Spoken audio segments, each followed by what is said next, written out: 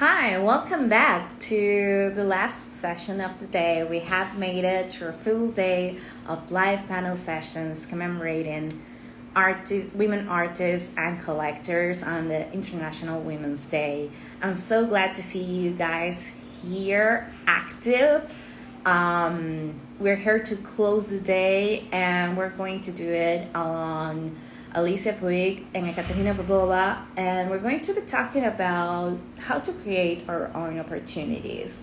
So before we get into the action, I actually want to remind you once again, check your inbox and check your social media prompt for the day, and do it again tomorrow and on Friday. The challenge is still going on, and we're creating such an active community and such an engaged community, and we're really happy and glad to see how you guys have embraced the chance to share your work, tell the world about you, tell the world about what you do, and engage with other women artists from all across the world. It's been a marvelous day. So I'm gonna give access to both Alicia and Ekaterina, and we're gonna start this panel.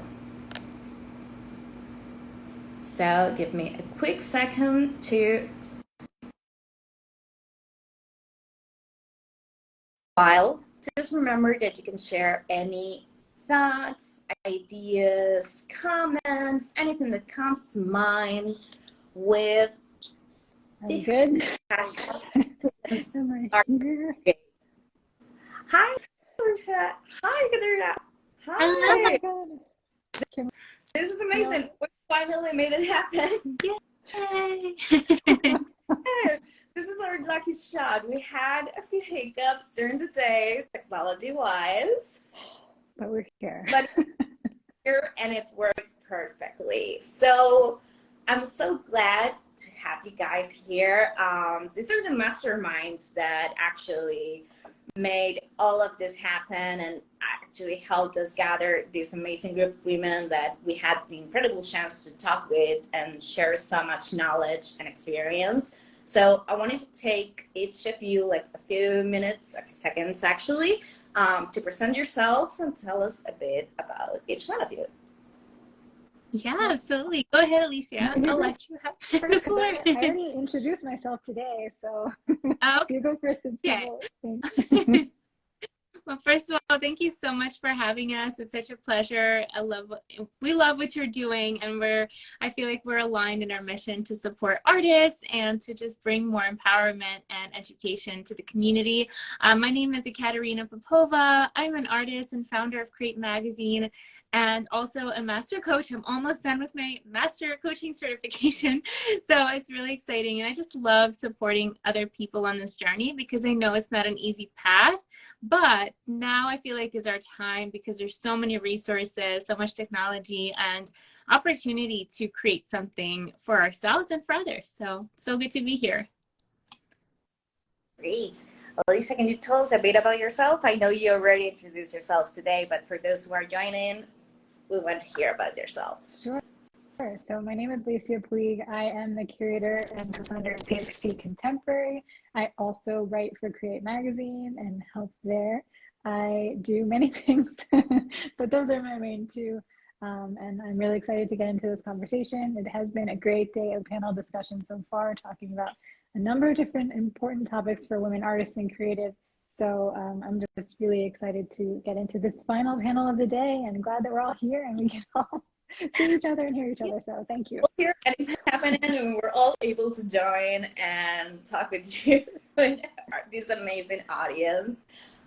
So the name of this panel is Don't Wait for an Invitation, How to Create Your Own Opportunities. And it actually, it's kind of derivative. Like the first thing that came to mind when we started workshopping this event was, well, what happens when we don't find a place for us, when that opportunity is not showing up? And we remember this quote by Shirley Chisholm, like, if they don't give you a seat at the table, well, bring a folding chair.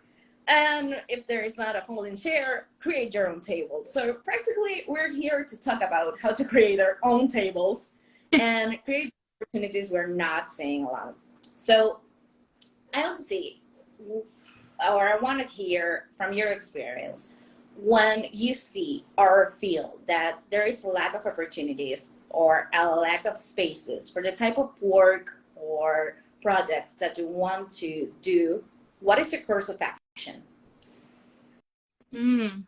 I have a lot to say about this topic. Yeah, I was gonna say you go first because you have a really good story, like from the very beginning and create and everything. So you first. Yeah. Thank you. Yeah, and I appreciate that. And thank you. I love that metaphor too of bringing your own folding chair, because I think that's how I started. I was very excited, as most of us are, after art school. I was going to do all these great things. And of course, you know, reality was a little bit different than my vision initially. So I applied to all these art jobs and I was going to work in a gallery or museum. And unfortunately, well, fortunately now, but back then it just didn't happen. And the first thing I did was kind of grab a folding chair and I started to volunteer places to build my community. So it wasn't that I initially just decided to create my opportunities, because I didn't even think like that back then. But what I did see was like, okay, how can I put myself in at least rooms with these people? So I started helping out on my days off. I started writing for a free art blog, kind of showing up at our local museums. And after a few years of that, then I was like, okay, well, clearly I like being around these people and I want to be part of the art world, but I'm just not making any money. So what else can I do? And that's when all the ideas started happening with, you know, both creating my own art opportunities, with showing in public spaces that weren't necessarily a white cube gallery. And then, of course, Create Magazine was born because I really loved being around other artists, because actually that's how Alicia and I met. We worked at student-run galleries, and that gave me such a great experience, and I wanted that for my life, but I didn't have the funds to rent a space. So I definitely agree with, like, okay, maybe from the beginning you don't build a table because you don't know how, but by being around people in the field, by watching them, modeling their behavior, or even improving on what's not working, what you see is not aligned for your path, then starting to brainstorm and come up with ways that you can create your own tables. I really like that response. And I think this idea of like learning by doing, that was something that I was doing quite early on, but I didn't know that even at that time that I was creating opportunities for myself. Like my first few internships were ones that it wasn't like a set up internship program. I just happened to reach out to a gallery, or yeah, I think most of them were galleries that I would just reach out to and ask, like, do you need help? Would you accept someone to just come in and learn under you, like take me under your wing? And luckily a few of them said yes. And that, again, it wasn't a structured thing, but there were ways for me to, like Kat said, start to put yourself in those rooms to learn from people that were really experienced and had that knowledge to pass on to you. But again, I had no idea that what I was essentially doing was creating opportunities for myself. And from doing that, I started to, one, learn how to do that as well, in addition to, of course, learn how to run a gallery and how to do those practical things as well. But yeah, it's interesting that it starts from this idea of just wanting to learn and wanting to be part of the community. So I feel very much aligned. And I think that's also why we connected early on, that we both realized we were both very interested in that idea of just community and learning. So I think those two things were something that were things that both of us, you know, knew to pursue, even if we didn't know how it would help us later on in our careers. Yes, it's definitely no one tells you when you're inside like the whole academic process, like, okay, what are the steps to take? There is not a class on how to create your opportunities, and each artist's path is completely different. Each one of us has their journey. So I think there is something really interesting in what you both mentioned, that is that you didn't know exactly what to do, but you knew you wanted to be in the room where it happens. Mm-hmm. So that gives us a location, at least. It gives us a where and who. So once you figure it out, like, okay, I want to be engaged in this community and I want to be around these people. How did you start the whole process of reaching out, knocking on doors, offering yourself, like, hey, do you need a writer? Let me tell you, I have one here. It's me. Like, how do you came out with the decision and with the process of reaching out to people, like cold open, and offer yourself to do whatever work is available. Do you want to start, or I can start? Yeah, I will, just because everyone who knows me knows I love to talk about pitching. And again, I think it's one of those things that I didn't know that's essentially what I was doing from the very beginning. But I guess very early on, something that I did do that I realize now is super nerdy of me is I used to look at print ad classifieds. And so even as a high schooler, I would look at, yeah, I know this is like dating me, but I would look at the print ad classifieds and just see what certain jobs qualifications were, just to see. And I have no idea why I did this, but I started to realize, okay, this job means you need XYZ, qualifications or skills, those kind of things. And I guess eventually I started picking up that, like, then when I wanted to apply to things, that's how you would go about doing it. Like, mention, I have this skill, I have this experience, I know how to do this. And that taught me how to essentially pitch myself, because that's now what I use. That's like my basic template to start reaching out for new opportunities. Is like seeing if this business does X, then how do I show them that I also know how to do X? But anyway, yeah, that's just a funny like story that starts from the very beginning of just me being very nerdy about this. But anyway, yeah, I think one other big thing that I want to talk about, though, when you're talking about pitching, you have to talk about rejection. And I know someone in the comments already mentioned this. And again, I don't really know how I built up my thick skin. I guess it's probably just from practice, but it's a lot of putting yourself out there, knowing that you're going to get a lot of no's and you're going to get a lot of crickets. And luckily, when you do get that one yes back, it helps to make up for all the other ones. But both of us can tell you, yes, you see us getting a lot of these big opportunities. You see us getting a lot of these yeses, but it's come with thousands of no's. So it's not that it's magic. It's not that we're getting more yeses than you. We might be putting ourselves out there more than you, and so that's how we're getting those yeses. But it just takes time and a lot of practice. So it's a mindset thing that eventually, hopefully you get a little bit more used to it, but it does just take a lot of putting yourself out there, knowing that there's going to be that percentage, then that happens to everyone, that are just not going to work out. Even if you put your best effort, even if you thought it was a perfect fit, sometimes it's also just not about you. It is about the other party, timing on their end, like other things going on. They were looking at your email and were going to respond to it, and their dog barked or their kids started crying. Like, there are so many reasons why someone might end up saying no to you, and a lot of times it doesn't even have to do with you. So I think the mindset aspect of that is also just something very, very important to remember as you're thinking about pitching yourself, putting yourself out there for opportunities. So I'm sure Cass has more to add. Yeah, I totally agree with everything you just said. And I think for me too, I also didn't know that I was intuitively doing this, but kind of propositioning and putting yourself out there by sharing value and what you're offering them. Because at the end of the day, like, what is it and what's in it for them? And even if someone's giving you a free internship that you don't get paid for, it's a lot of work to explain the process or guide someone through it. So you have to sell yourself in a way and show them, like, how can they benefit from what you're doing. And I'll give a concrete example of how I started doing this. I started by writing for a free art blog. I didn't get paid anything for it, but it was just a way for me to feel like I'm part of the art world. And I would go to these museum journalist lunches, I forget what they're called, like basically like pre-opening opportunities for writers to go and explore the show to then write about it. And that was really great. But what was really happening is, as I was at these events to write for this free blog, I started to meet curators, and eventually I would then be like, okay, do you need help with the museum? Do you need help with anything? And that's how I got set up with my first volunteer opportunity, because those kinds of opportunities, like in Alicia's case, similar to mine, they didn't really exist. There wasn't like a position, but they said, hey, I can help us cut up labels. Hey. And also learning to kind of humble yourself. I remember I was so excited to be a part of certain local organizations that I was willing to like mop the floor. Now, I'm not saying that everyone has to do this, but I just really just wanted to be in the energy of other creative people. I was working really terrible day jobs, and it was very depressing to me. So I was like, okay, even if I'm mopping the floor, I'm mopping it at a museum, thus placing myself in the room where I want to be.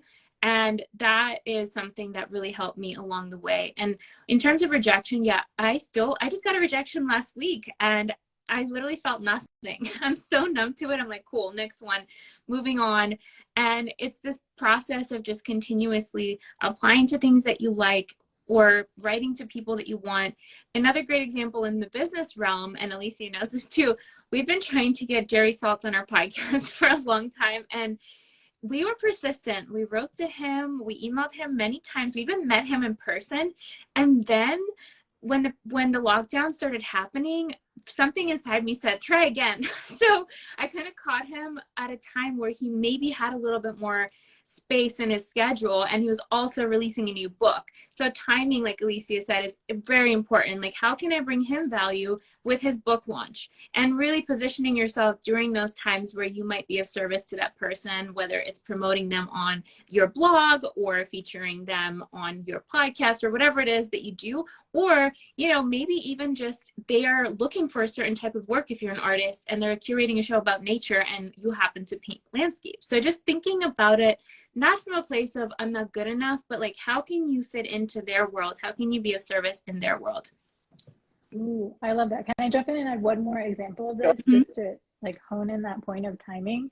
So some of you may know I lived for a year abroad in Amsterdam, and I went with a one-way ticket. I had no job lined up, nothing. So me and my then boyfriend, now husband, we literally just jumped over the pond and decided to figure out something when we got there. And within like 3 weeks, I had a job. And that was because I saw that there was an art fair happening. And obviously I had that experience working in galleries in the United States previously. And so I looked at the local galleries in Amsterdam that were showing at that art fair. I knew that art fairs were a crazy time for galleries, and that it was going to be likely that some of them would need help. So I reached out to the local ones, said that I had an experience working in galleries. I'd be happy to help them during the art fair. And I wrote to all of them, didn't hear back from a few, heard back from one that they weren't interested, but I did hear back from another one who said she was willing to meet with me. She met me for coffee, and I ended up working for her. So it's like one of those crazy timing things to just be aware of what's going on for other people. And then that's how you can sneak your way and get your foot in that door, make that initial connection, is by being proactive and just realizing, you know, like Kat and I have been saying, what you can also offer them. That is such a key point to making that initial connection and having a better chance of having a successful partnership and having them say yes to whatever it is that you're proposing. So yes, timing, I also love. Yeah, and sorry, I have one more thing to add too. So in this topic, I saw someone in the chat comment about planting seeds, and that's exactly what it is. Very rarely is it like you pitch to someone and they immediately respond and give you a job or feature you in a show. It's more like building that relationship. So don't get discouraged if nothing magical happens instantly. For example, one of the curators I was just talking about from one of these volunteer opportunities just recently wrote to me and said that she nominated for an artist prize. Now, my relationship with her was not about my art necessarily. It was about the museum and writing about it. But it's funny how it all came back, and she remembered me as an artist and not necessarily as the blogger. So just because the thing that you're doing is not directly related to your big goals and dreams doesn't mean that you're not planting seeds down the line. So nothing is wasted. And as long as you're like a great person to work with and you're respectful of other people and consider their needs, I think you're going to see some amazing results in your life from these efforts. That's, well, first of all, two amazing experiences that you both had. It made me think, like this quote, well-behaved women rarely make history. It takes a lot of courage to do that. And you both mentioned something about the mindset, not only to deal with rejection, because, well, we deal with rejection in everyday life when it comes to our work as an artist. Well, it takes a huge gap, like right here, that we need to work on. But there is a mindset that comes first, that is being self-aware enough of what you have to offer, because you just said it, like in order to make the right pitch to the right person, you need to know what you can offer. So what was that point for you guys? Like, what were the point of, okay, I want to do this, I want to be there, I want to engage with these people, and I also have this skill or that skill, or I can do this thing that I know might work. What led you to recognize that value you had to share? Do you want to handle this one first or me? Yeah, I have some things to say about it. So I just saw someone comment that it's hard to find your value as an artist. And I would really want to argue with that, because here's the thing, okay? I really have been studying like self-worth and confidence lately. And what it all comes down to is that we're here all on this planet, and there's a very, very small percentage that we're even born. So everything after that is such a bonus. And the fact that you have a gift to transmute your ideas and emotions and experiences into something tangible that's intangible is of value. So you don't need, yes, we're sharing a lot of like businessy examples and techie things, but that's not necessarily what is the value. It's just that what we're offering match the other person's need at that time. So when I first started, I didn't have a business, I didn't have a platform, I didn't have many skills. And like I mentioned, it was really just like, for me, literally sometimes it was about like, let me help you clean the gallery. And it wasn't that you need to do that. It's not that you need to do that specifically, but just knowing that you're worthy, and someone might find value in just looking at your art. So especially important, like we were talking about timing, seasonality, just being mindful of what's going on in that person's world, whether it's in their gallery space or in their business, and positioning yourself then, but also having this knowledge and this awareness that you are valuable. It doesn't matter if your career or journey doesn't look like someone else's, someone is going to find value in that. And there's so much evidence of that. And when you start working on your mindset around your personal value, it's gonna change. You're gonna have more courage. Like you do need some balls to put yourself out there. And it does feel weird at the beginning, but you're just gonna get used to it and realize that it's so important to just you know what? In fact, even if you don't feel confident and you don't feel worthy right now, still put yourself out there. That's how you're gonna get there. It's like the way out is through. So get over those emotions, get over those lies that your brain is telling you, and just start putting yourself out there, even though you may feel unworthy and you might not feel good enough right now, but that's all going to change when you prove to yourself that you actually are. And we'll talk more about creating your own opportunities later, but it all starts with deciding today that you're going to do it no matter what, even if you don't feel good enough right now. Because I didn't feel good enough at the beginning either. So don't think that you're an exception. I think we all start with a little bit of self-doubt, or a lot of self-doubt in many cases. All right, I'll jump in. Well, let's also be real here. Both of us still have days where we're like, what are we doing? Am I doing this right? Each other. Exactly. We have an amazing Oh. DM chat where we vent and commiserate, a lot of commiserating really. Running a business is hard, being an artist is hard, being a creative is hard. And there are some days where both of us really question, are we doing this right? Like, why are we doing this? It's incredibly difficult. Yeah, we have the self-doubt too. We absolutely do. So that is completely normal. So I think one, let's normalize that even when you do make it to a certain point, I think both say, yes, we made it in some ways, but we still have so much bigger goals to achieve. So, you know, with the spectrum, but anyway, the point being, we still have our days, we have our moments too. So that's number one. Number two, you know, it's kind of interesting. Yes, this mindset is all part of it, but I think for me, it wasn't necessarily a moment of when I felt more worth it versus not. I think it was a moment, I know there was a moment where I just realized no one was going to be my biggest advocate. It had to be me. And I'll give you the exact turning point. I was working again in Amsterdam, actually at a different gallery. I ended up, the one example that I gave you before was a short-term thing, but then I got a more full-time gallery job after that. And in that position, there were three women who were all working the same position, and we were switching off days and hours that we worked.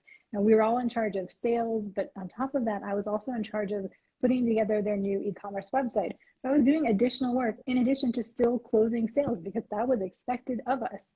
And so I thought for sure that would mean that the director would give me more shifts because I was doing this extra work and still meeting my sales. However, as the weeks went by, I realized I was still getting the same amount of shifts, equal shifts. And at one point, she came in one day with me And I finally had the guts to just ask her, like, why am I not getting more shifts? And she said, because the other two girls asked me for them.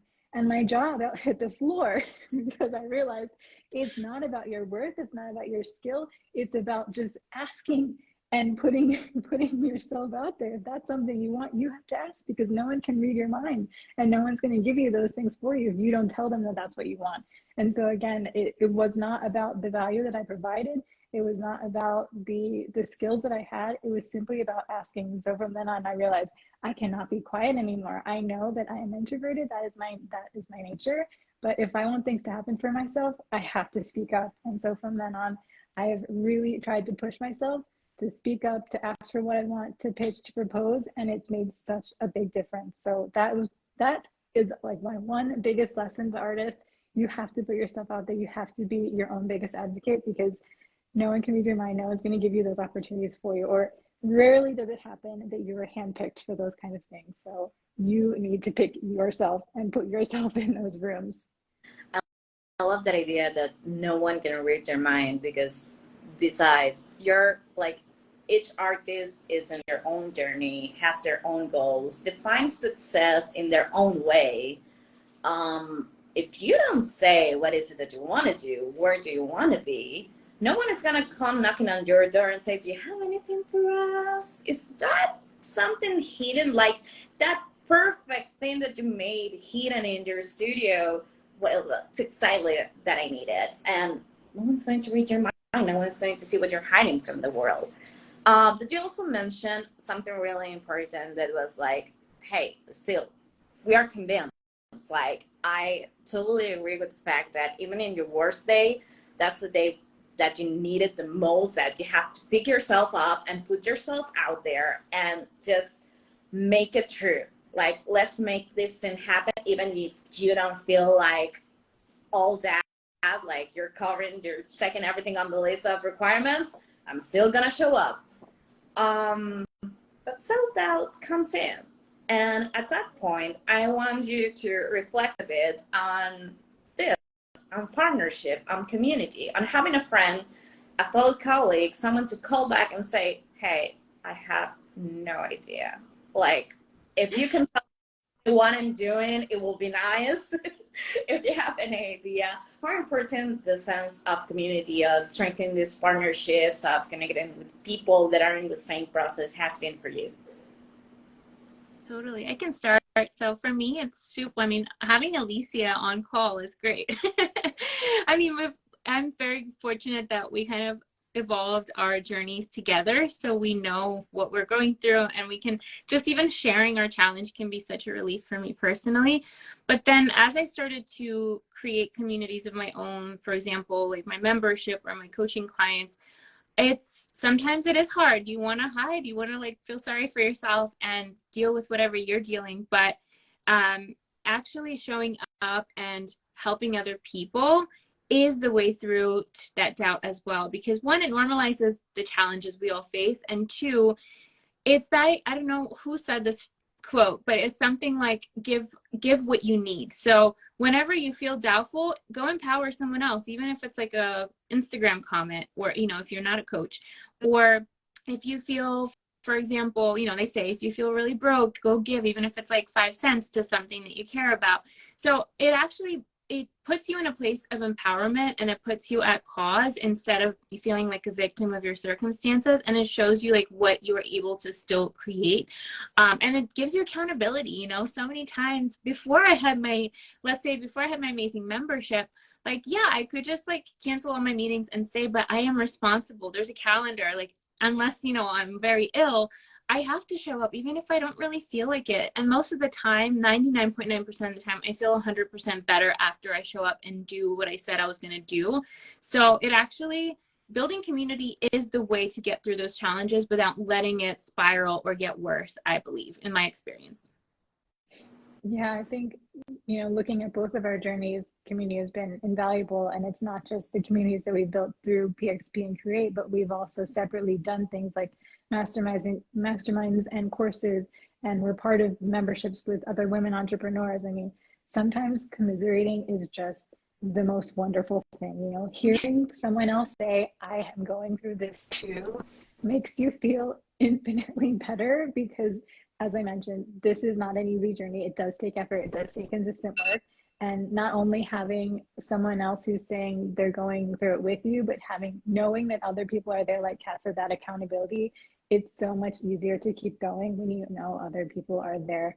They're cheering for you and they're there to support you when you don't have your best days. So no, it's been absolutely wonderful to have community in so many different aspects, from the ones that we've built, from the ones that we join, and with each other. I mean, that that has been one of the best relationships in my career that I've had. So shout out to Kat. Thank you for all years of our friendship. People wonder, how we've worked together for so long, but we started with a friendship first. And I think that was very important, to not jump into a business partnership, to know that we could respect each other as people first and get along just as friends, and then get into business later on. But we've been on a crazy journey together. I think the other thing too is we've gone through so many ups and downs, and that really challenges people, and that challenges your relationship. So it's really keeping the right people in your circle, because we've had people come in and out of our lives, and we've had some really intense, sometimes toxic relationships, and I know you all know, because everyone goes through this too. So it's about being really careful, who you let become close to you. And yeah, that's all I'll say about that, because I know that we could get into that as a whole conversation. But yeah, be really careful about who you bring into your circle. But once you have good people, keep them and work hard to keep them. Exactly. And it's all recognizing the values in others, just like as you do with yourself. And one of the things that you mentioned is having this, we mentioned before, the idea of planting seeds. And those seeds are also connections, like the relationships we build with people. Like, you don't know who you're going to meet in that event that you just went because you had the chance to, or because you had a free night and you could do it, and you could cover that event or that exhibition and take up the opportunity. And you could be the one that asked for it. Like, no one was available that day. You made it happen. So I want to know, what's the turning point between, okay, I'm in the right place and putting myself out there, I'm knocking on doors, I got some no's, a few yes, those yeses were good. It has led me places, like you're moving forward. When was the point where you felt like, now I'm gonna build my table? Like, this is the moment to start making a game plan and do my own thing. What was that point for you guys? Like, when all of these projects come to life in your life? That's a great question. I can go first, because mine's really easy. Honestly, Kat, this one right here was a really big driver for me, because I had been working in the industry for 10 years or so, and people were starting to ask me, are you going to start a gallery? When are you going to start a gallery? And I just wasn't emotionally there yet. I think part of it was, I worked for women gallerists, which was amazing, but I didn't work for people that looked like me. And I think subconsciously that definitely plays a factor, that has an effect on you. But after living abroad in Amsterdam, I moved to Costa Rica, and I was looking for something else to do. I was working for Create Yes and writing, doing some things, but this woman right here was the one who gave me the last little push that I needed. She said, Alicia, you're ready. And I trusted her, and she was so right. So, sometimes you really are ready, and it just takes that one other person looking from the outside to say, no, you're there. I'm very lucky that I had her. Hopefully you all can be your own last push. But for me, I needed that. But once she gave me that, I ran with it. So I think you do also have to be ready. It does kind of have to be at least 90% there before you get that little push. But no, that for me, it was her. So thank you. And I'm so proud of you. You're doing so amazing things. It would be a disservice not to do them. And I agree. I think just having that accountability once again, but I also had, for example, it's almost like a catalyst. Like, when I decided I wanted to coach, I did need someone to kind of push me over the edge, because it was one of those really scary things, like, okay, I kind of like hide behind the scenes, but that was like me putting myself out there. And my coach, Michelle, really encouraged me to go for it. And I'm so grateful that she did, even though I didn't feel ready. I felt like, this is crazy. And there's a lot of other things that going on behind the scenes that were very terrifying to start that journey. But I will say this, okay, I have a toxic trait. My toxic trait is starting things. And I, like, as much as I say I'm never starting anything new again, like, it is something that like is inside me that needs to come out. Like, the magazine kind of came out that way, where I couldn't not create it. And, you know, if I want to make some kind of artwork, sometimes I just have to, like, I'll drop everything. And like, I ordered a sewing machine last week. Like, something inside me sometimes just can't control that impulse to create, and that's why the magazine is called Create. Same thing was with the membership. And even when we I remember us creating our first online course, which we're going to be dropping a new one soon, so stay tuned. That was one of those things where I was like, we have to do it. Alicia, we have to put it out there. There's something in me that just like needs to make things. I can't help it. Yeah, I like that answer too, though. And you're right. I think, you know, I can definitely credit you for the pushing me to start the gallery, but writing for me was also like, it's something that needed to come out. It's something that I actually struggled as a writer for a long time in my life. And in high school, even in college, I think what made me a better writer was definitely going to art history graduate school. I had an amazing advisor, but she really did not let me get away with anything in terms of my writing. And so from that, it pushed me a lot, really improved my writing skills. And I'm so grateful, because without going through that experience, I would not be the writer that I am today. But from that, I finally started to become comfortable enough with it to continue and pursue it. And then when Kat gave me the first opportunity to write for Create, and I continued to push myself and pitch myself to even more outlets out there, it just became something that grew. But I continued to also enjoy it, and it became a creative outlet for me, since a lot of my other work is so marketing focused and tech focused. This was my way to continue to build that creative muscle that I have and, you know, had from fine art school.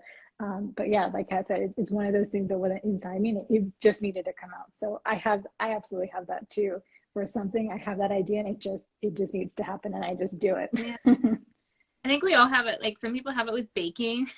I have a friend that like bakes like crazy elaborate desserts, and I think it's a natural human need to like put something out there. But sometimes we so. suppress it. So I think that's the difference, is that we've somehow, or I guess over time, realized that we just need to do it and share it.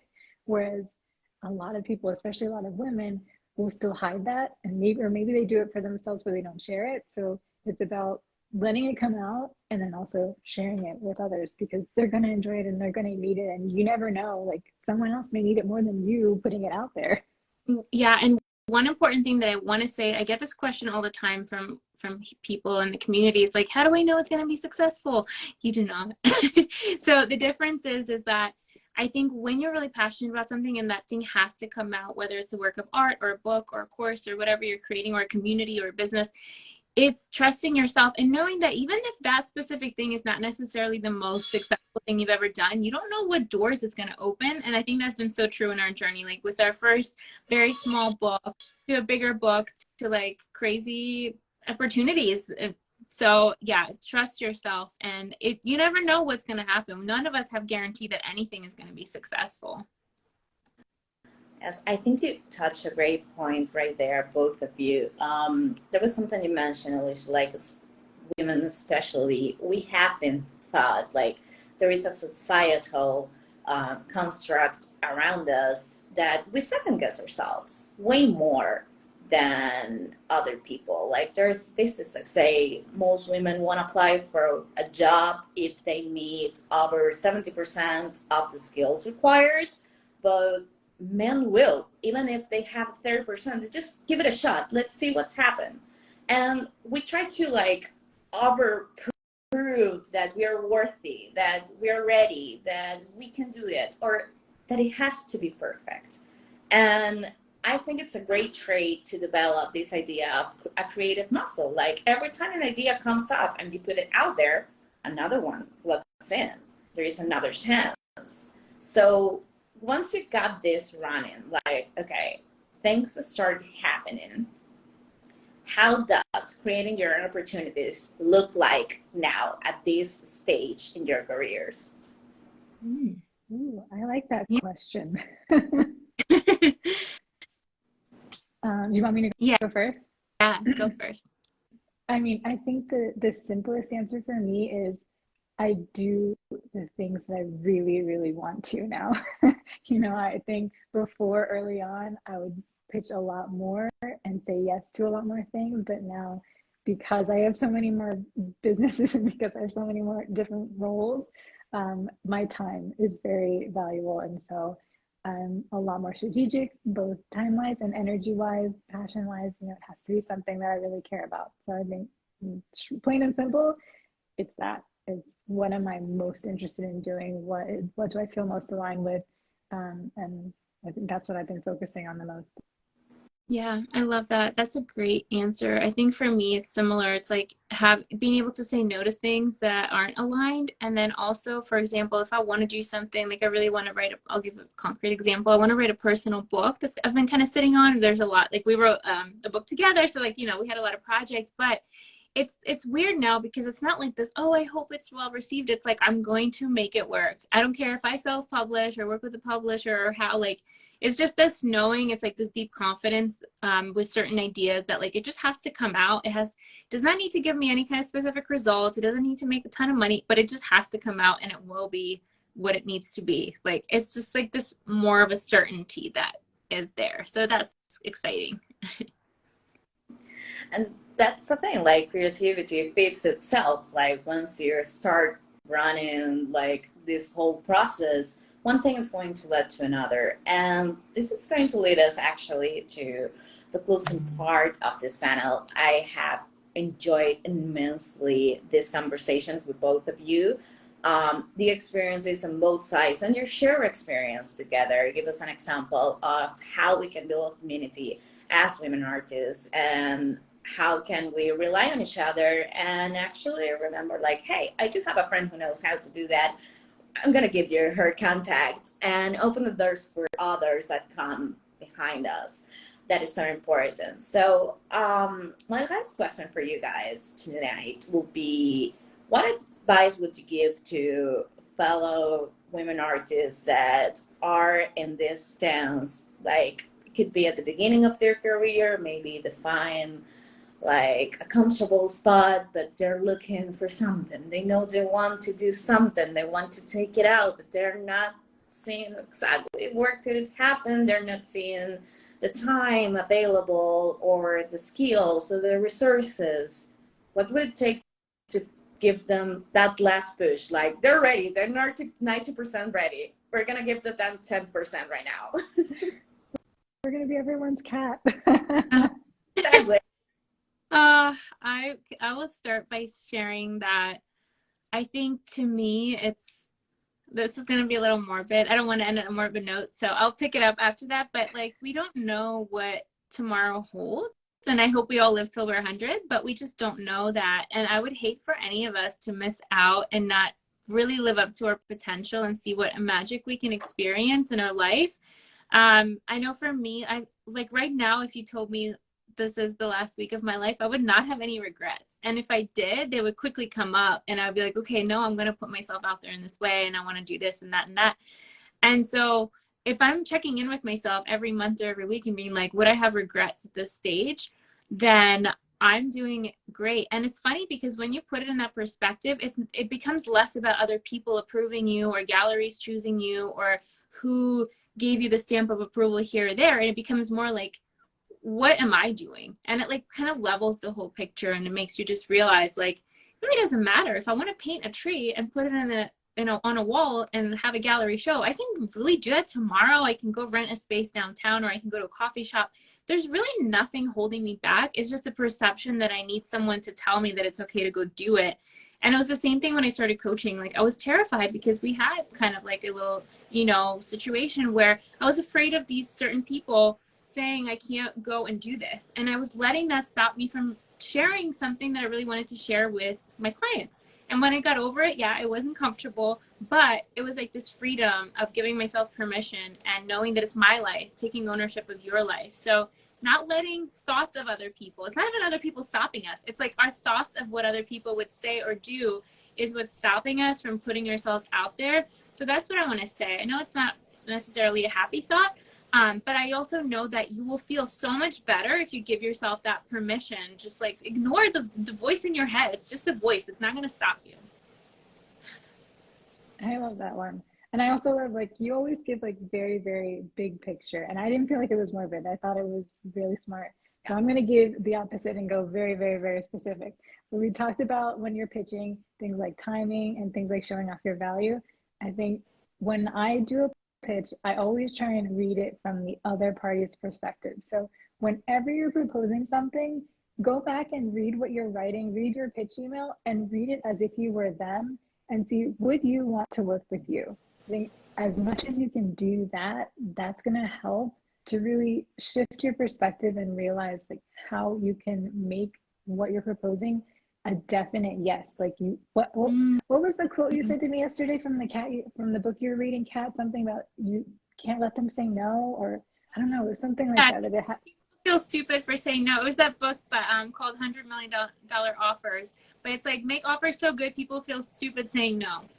Exactly. So make sure that when you're reading whatever you're pitching them, that they would feel stupid saying no. Make it a heck yes, make it an easy yes for them. So whatever you can do, use data, use evidence, use your value, all of those things, whatever it is, to make sure that when you send something, that other person's going to say yes. And that, I think, is going to really make the difference between getting more of those successes and those yeses and those crickets versus those crickets and rejections. So that's my very, very specific piece of advice. Absolutely. And also, one more thing, Alicia and I always say this, but when you're pitching to someone, specifically give them what you're pitching on. Don't just say, I'd like to connect, or can I pick your brain, or I would like to work with you someday. Say, I would like to show my art in your space, or I would like to share my wisdom in your publication. Like, don't give vague suggestions, because that's not going to help anyone. Yeah, don't put the onus on them to figure out how to collaborate. Like, they're already doing the favor by doing what it is that you want to do. So make sure that you have that clear ask from the beginning, so all they have to do is say yes. I love that we kind of build an action plan here. Like, we talked about, well, first of all, like, okay, we didn't know exactly what it takes to create opportunities, but we knew we wanted to create something. We wanted to put something out there. Then we figured out where. Then we figured out who we wanted to connect with, how to build upon those connections, how to use them to grow into ourselves too, like to grow our self-confidence, recognize our value, our worth, and what we have to offer. And then, hey, ask for it. Like, this is what I want and this is what I have to provide, and recognize that in yourself. And I think that small route is like a blueprint for all of us creatives and artists and galleries, whatever, and to stand at this moment. If you're a woman, artist, gallerist, creative, whatever, listening right now or watching this later, I think to have a full blueprint of things to try. You need to know what you want to do, what you can offer, and just say it. But just there, like, no one's gonna say no if you don't even try. Like, that's the worst no of them all. Like, if you never try, you'll never know. So I want to thank you both for being here. I want to thank you both for being part of this whole process of this week, where we have been creating all these engagement opportunities with other artists, and we're gonna keep doing it tomorrow and Friday. So thank you, Alicia. Thank you, Ekaterina, so much. On behalf of ArtPlacer, it's been a pleasure to work with both PXP Contemporary and Create Magazine. So thank you so much for being here. Thank you for having us. It was a pleasure. Can we have like 2 seconds just to like shout out a few things, if you don't mind? Yeah, sure. Okay, Kat, do you want to quickly talk about like programs, Yeah, and I can touch on book? Yeah, for those of you who are looking for a comprehensive art course. Alicia and I are creating a really affordable and amazing course. It's going to be coming out in the next few weeks. So stay tuned and make sure you join our newsletter on the Create page. We have it linked in our website. And also we wrote a book. Alicia, do you want to share about our new book that's coming up very soon? Yes, it's called the Creative Business Handbook. So if you enjoyed our talk today and want to learn more about how we both built our respective businesses from zero to what it is today, the book is a complete step-by-step guide on how we did it. We talk about marketing, we talk about coming up with your ideas, we talk about building buzz, all of the things. So it is available for pre-order now, but will officially come out on May 23rd, which, fun fact, is also my birthday. So I literally cannot wait for that day. Love it. It's a special day. Yeah, so best of luck on all of these projects. And I want you guys, like, if you just listen, take notes from all of this little data that they just shared. You have the blueprint right there. You have a lot of opportunities and resources to go through. You also have ArtPlacer available, where you can find our marketing tools to promote your work, like all the hard part, art marketing hard strategies, resources, downloadable, everything is available right there, besides our different features from room mockups to showcase your art to virtual exhibitions. So the information is there, the motivation is here.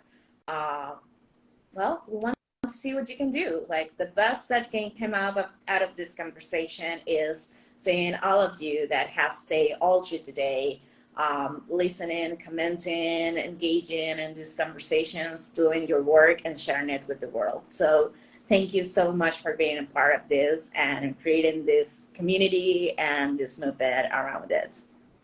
Yeah, thank you so much for having us. Thank you. Thank you. Goodbye, guys. Thank you so much for staying. My name is Mariana, and on behalf of ArtPlacer, thank you for being here. Bye, everyone. Thank you for having us. Bye.